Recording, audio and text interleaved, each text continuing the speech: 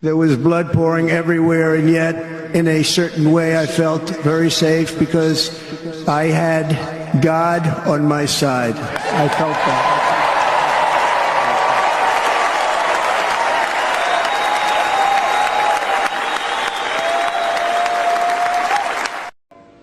I am with you.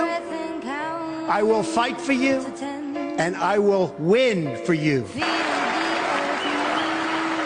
To all Americans tonight, in all of our cities and in all of our towns, I make this promise.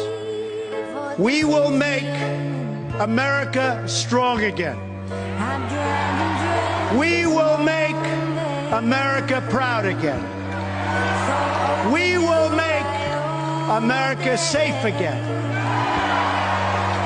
And we will make America great again. God